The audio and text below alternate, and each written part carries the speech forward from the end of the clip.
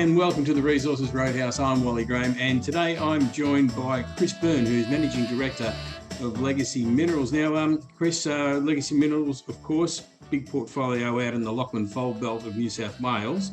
Your recent activity has been at the Bauloora project, in particular on the Mt Felstead prospect, where you've been drilling of late. Just bring us up to speed on how that drilling campaign's going. Yeah, sure, Wally. Thanks for having us on the show today. So we've been drilling down at Bauloora, in particular Mt Felstead, which is it's a low sulfidation epithermal system down there. And what we've got there is almost a bit of an intermediate sulfidation prospect, which has really been an exciting few weeks with the drilling that we've done down there. And we've got some initial assays that have come back, which have been quite outstanding. So we're talking some really high grade lead and zinc. We're seeing good silver and gold as well. And when I say high grade, we're talking 2 meters at 29% zinc plus lead, 5 grams gold, 94 grams silver, and 0.5% copper. From a shallow 148 meters. Within these bigger, broader zones that we're seeing down there, 9 meters at almost 10% lead plus zinc, and 2 grams gold, and close to 30 grams silver. So very heavily mineralized. We're quite excited by those results because it really validates the prospectivity of this project. There's been some drilling that was done, as far back as 50 years ago in the 70s. So it really confirms, the prospectivity, the ingredients, and it's great to see that sort of extensive polymetallic mineralization. It's such a shallow, intercepts as well. The deepest drill hole in our campaign has only been 175 meter. So it's very exciting to see the fruits of that results as they come through. It always concerns me when people say they refer to the 1970s and say it was 50 years ago. But anyway, that's another point we'll get onto later on. So the drilling, you've still got some assays to come, but what's it sort of telling you about the prospect, the project as it stands? Yeah, that's a great question, because what it's really showing to us is that I refer to it as a bit of the tip of the iceberg. We've got the Mt Felstead is a strike, defined in soil geochemistry and in drilling as well, between 400 to 600 meters long. That's what the goal of this drill campaign is. When I say the tip of the iceberg there, that is a small prospect in this larger anomalous gold zone. So we're talking a 10 square kilometer zone here of anomalous gold, greater than 0.1 grams per ton in rock chips. So it's a significant scale of the system here. That's what makes this project very, very exciting. The Bauloora project is that not only do we have these high grade prospects with some fantastic bonanza historical production grades, but what it is showcasing the, just the scale. And what we're really seeing here is that blue sky potential that this is the first one that we've drilled at the Bauloora project, Mt Felstead. We've got 5,000 meters of drilling planned with the use of the IPO fund. So we've put in 1.5 Ks to date. So we've got plenty of drilling up our sleeves, and we've got plenty of prospects. So it's a very target-rich area. And for people that know epithermals, particular large, low sulfidation epithermals, they're really world-class systems. Generally shallow in placement, so near surface, and it's quite rare to see epithermals, in Australia in general. They're not that common because it's such an old country geologically.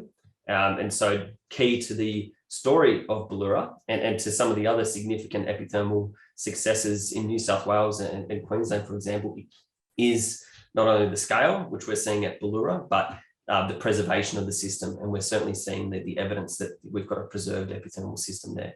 All right. So the results you've got so far, and obviously you're waiting on some other ones, is that sort of already encouraging you to look at drilling, staying out there and drilling again, planning for more further campaigns? It certainly is. So we've we're in the stage now where we've just completed as well a significant grading array induced polarization program, covering close to 90 square kilometers. So that was targeting these big vein systems that strike for up over 2 kilometers, 5 meters wide, up to 40 grams per ton in the rock chip. So what we're going to be working on over the next couple of months is really defining some high conviction targets. Obviously quite a large area here. We'll potentially look at some further dipole IP to narrow down, I guess, targets at depth. But we're seeing it's a very target-rich area, and we certainly plan to keep the rigs, back on site, mid towards the end of this year to follow up on some of those other targets as well. All right. Well, it looks like you've got plenty to chew on there at Bauloora. In February this year, you released a timetable that sort of covered activities for the whole portfolio. How's that sort of progressing? You've got all the ducks in a row, so to speak, to get out to all the different projects? Yeah, so we've, in particular, the other project that we've been drilling is Harden, and certainly we're very encouraged by the Harden drilling. We did that, we started off there post the IPO, and we've got some fantastic intercepts up there, 5 meters at 7 grams gold. There's some good historical intercepts as well, 3.6 meters at 21 grams gold. So we followed that up with a diamond campaign. That's now been completed, and we're just waiting to receive the assays back from the labs for that campaign as well. So they should be, relatively close to coming through, and we're quite excited to be, again, releasing more drill assays to the market, particularly knowing that the high-grade historical intercepts that we got there previously. All right, and any of the others they're upcoming?